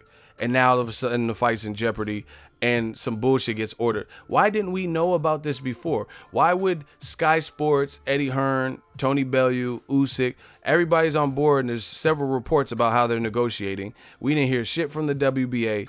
And when the shit gets cooking and it looks like it could be close, right? Looks like it could be close. That's when the WBA pulls the plug and say, no, you got to fight a mandatory or whoever. And a Denis Lebedev at that. What? Out of nowhere? Really? So you wait till certain negotiations get, that seems to be the pattern.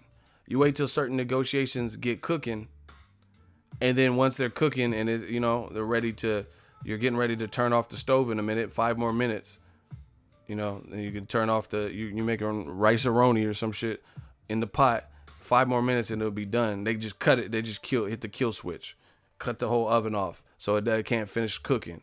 Like, come on, man.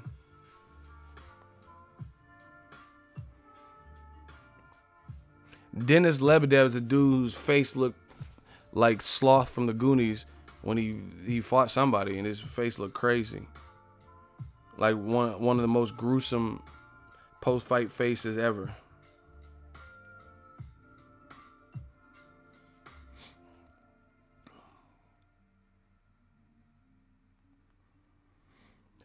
And then on top of that, now all of a sudden, Dillian White is the front runner. Not Wilder Fury winner. Come on, man. This is who Usyk has to fight. A guy whose face is looking like this post-fight.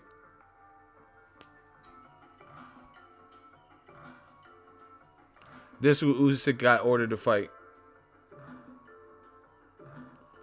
Hey, you guys. Rocky. Really? So instead of Tony Bellew, he got to fight the fucking Scream Mask and shit. What's your favorite scary movie? Listen, idiot, I'll call my boyfriend. You mean this boyfriend? Your boyfriend Steve? That motherfucker look like a Scream Mask. Get the fuck out of here. I'll run boxing. Motherfucker crying blood and shit. And he the mandatory. When the last time you seen someone cry blood? Any fucking vampire and shit? Motherfucker got a dimple. Oh, stop.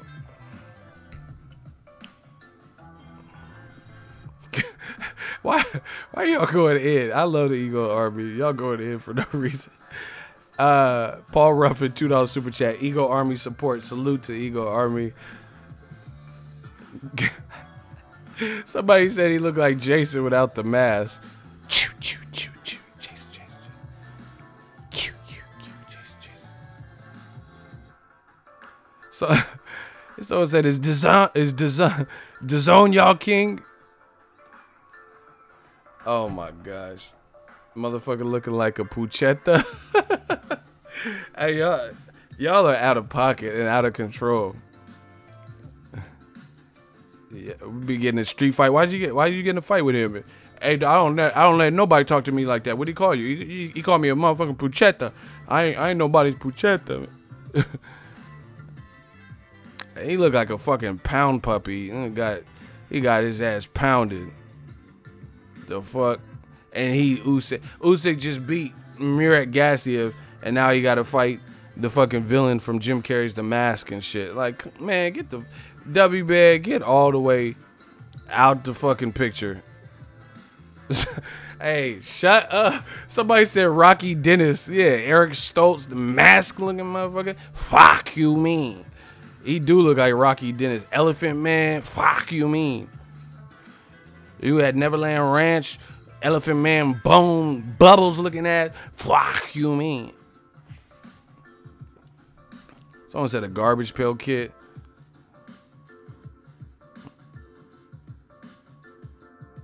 Motherfucker's face look like people who invested in Bitcoin when it was too late and lost money.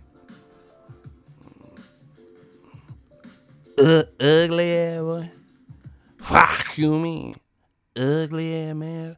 Mask looking ass boy. The fuck? Come on, bro. When you ever seen Floyd's shit look like that? And they be like, he ran. Shit, I'm running too. If I could be at the after, I ain't being at nobody's after party talking about some.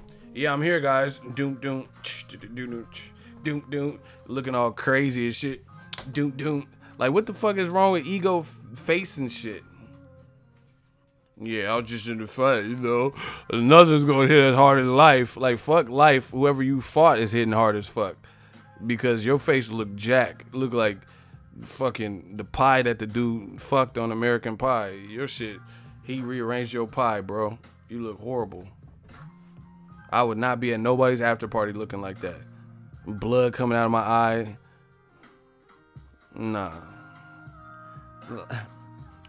Girls like it because you showing your sensitive side. I don't know. He's so sensitive. He cries blood. I like him because he cries blood. Someone said Stifler. Man, get this shit out of here. How? Hey, Matchroom looking like Monkey Wrench Productions, because every single time there's a big fight recently, somehow there's a monkey wrench thrown in it. Joshua Wilder, everyone's salivating. Yes, we're gonna see it this year. No, the fuck you ain't. Nah. Hey, Eddie Hearn, like, what's his name? Chauncey from Menace. Like, yes, Wilder Joshua. Yeah, man, fuck Wilder. We'll see what Wilder think when 5-0 get a hold of this tape. He said, Eddie Hearn like Chauncey with the WBA, man, fuck it. We'll see what Wilder think when the WBA get a hold of this tape. We seen what you did with Luis Ortiz. Like, man, stop it. Now Tony Bellew and Usyk is in jeopardy. Like, stop it. Dillian White is the front runner. WBC ordered Dillian White. Listen, man. Dillian White, he's a warrior. I give him that. I think he's improved. But it's Eddie Hearn and Barry or whoever pulling the strings. You know what I mean? And Dillian White got ordered to fight Luis Ortiz, which is by far the best fight for him. If you're hoping to do 100K plus, we just seen Luis Ortiz come back from the Wilder fight, standing ovation. I seen it because I was there. You know what I mean? We seen him give Wilder a hellish fight. Right? That's the best fight for Luis Ortiz. Plus, it moves him up the ranking to face Wilder, you know, in the near future. But at the end of the day, Eddie Hearn talking about Derek Chisora rematch. What? So, you know, you got to give a proper appetizer. And the best appetizer for Dillian White, from what he's done, to show that he's ready for a Joshua rematch, is Luis Ortiz. But do you think that'll happen? I doubt that. Anyway, I'm out. Let me know what you guys think. That's the latest. Al Haymon's killing these boys.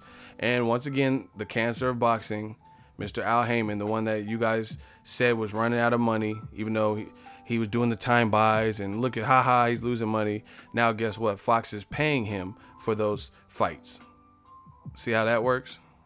So all that shit they said, all that shoot 'em up shit y'all be talking. Hey, get the strap. You gotta do something, baby. None of that shit's adding up, man.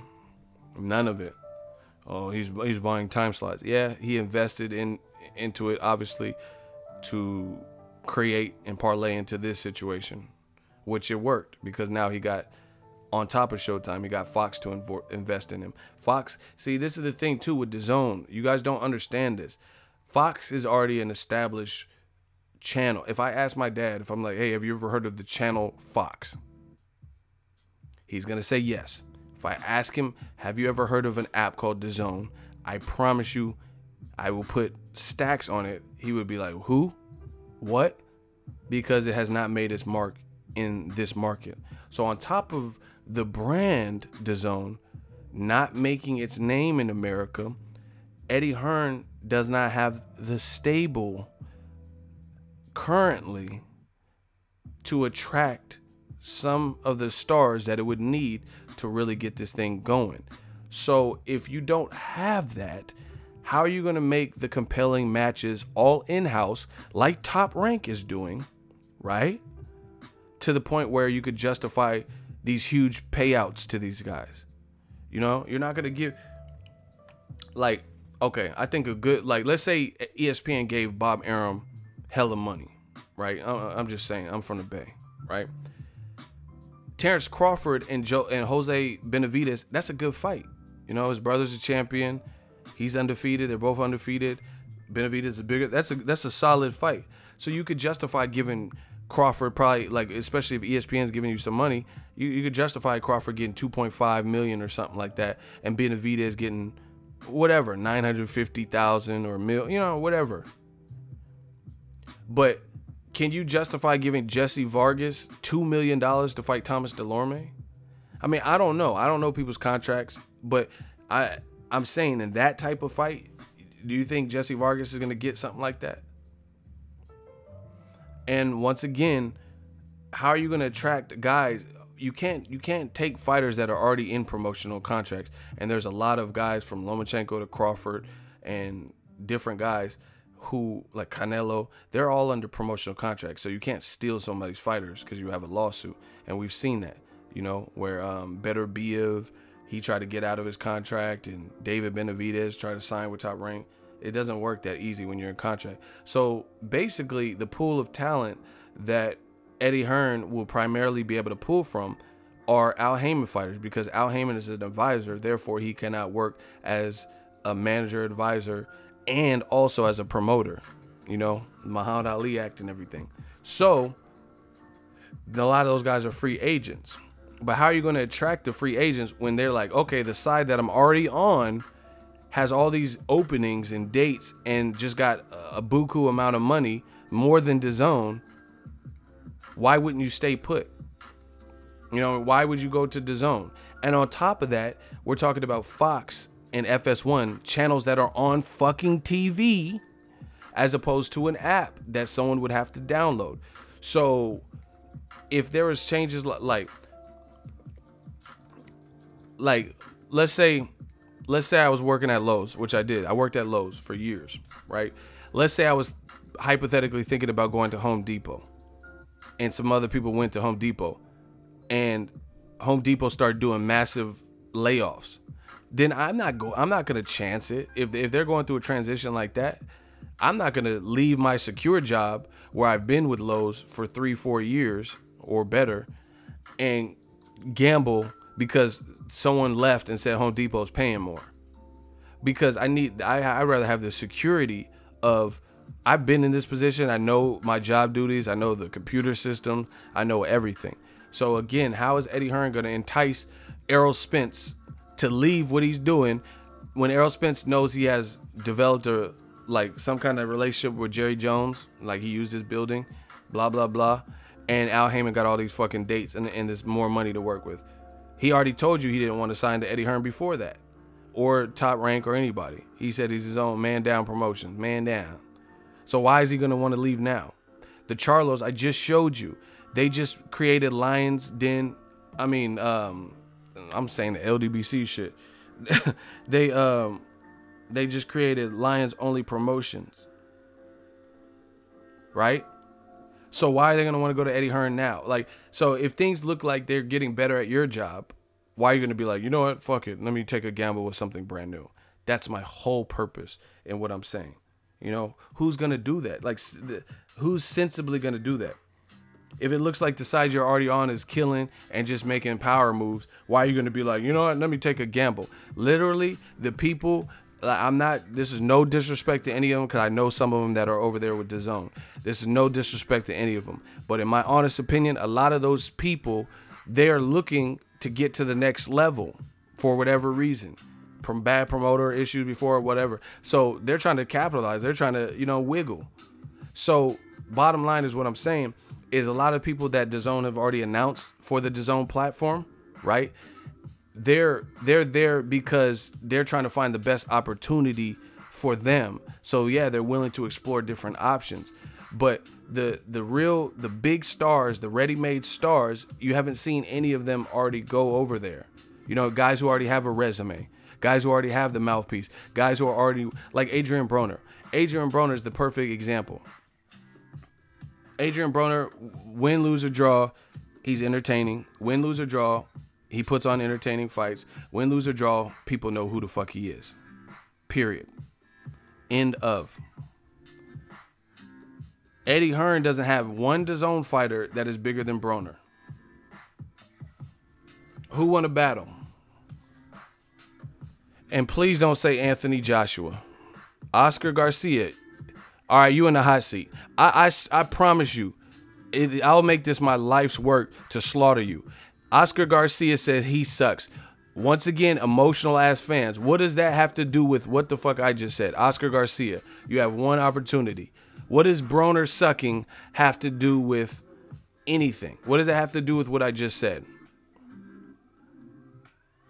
Please let us know.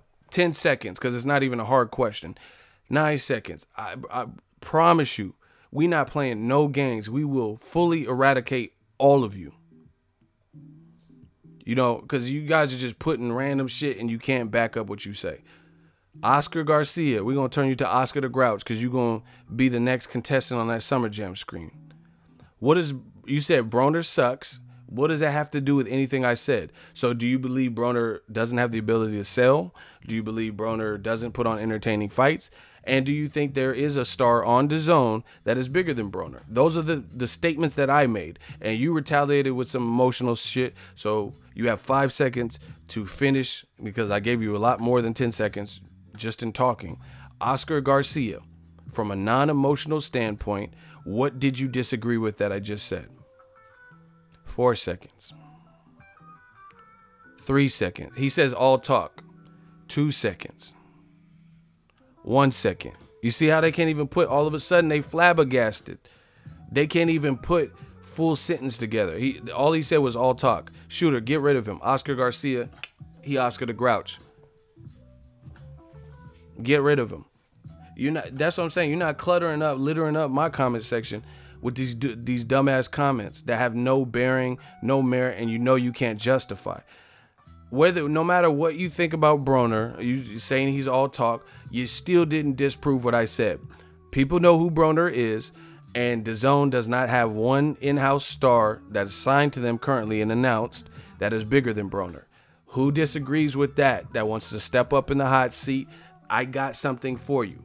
So you could say Broner's garbage, Broner's race, whatever, fuck all that extra shit y'all talking. Tell me who's a bigger star. That's the only thing I'm arguing. I'm not arguing, but Broner has so many kids. I don't care. I'm not arguing none of that. I want to know who's a bigger star in Dazn than Adrian Broner. And does Broner not entertain and put on entertaining fights? If you're not trying to argue that, then we have no argument. See, some shit you got to just nip it in the bud. All right, NYC. Oh, shit, I was about to get him. Y'all keep saying Broner suck, but nobody's is challenging what I'm saying. I don't care what you talking about unless you trying to battle in the hot seat against what I'm talking about. See, this is what they do. They're bringing up their own point. Why does Broner doesn't wear a condom? Why does he have so many kids? I'm not arguing that stuff. I don't care about that stuff. I'm saying who's a bigger Dazn star. Hey, Ronald Finkley, block NYC. Don't just put him in timeout. Block him, because I seen what he put. If you're not trying to argue in the hot seat, then don't.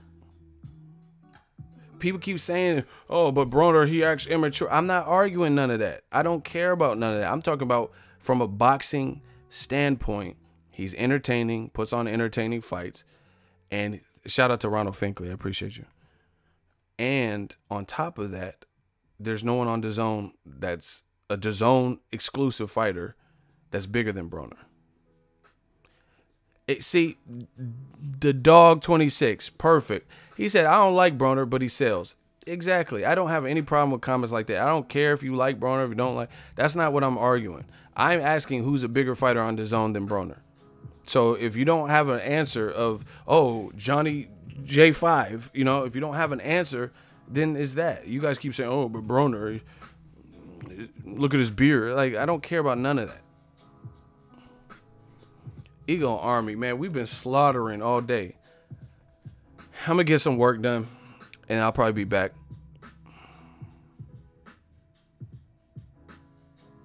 I'll probably be back after that.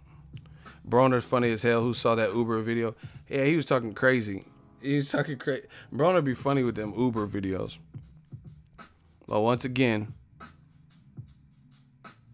name somebody that's bigger than Broner on Dazn. Al Haymon got the game in a Python Cobra clutch. It is what it is.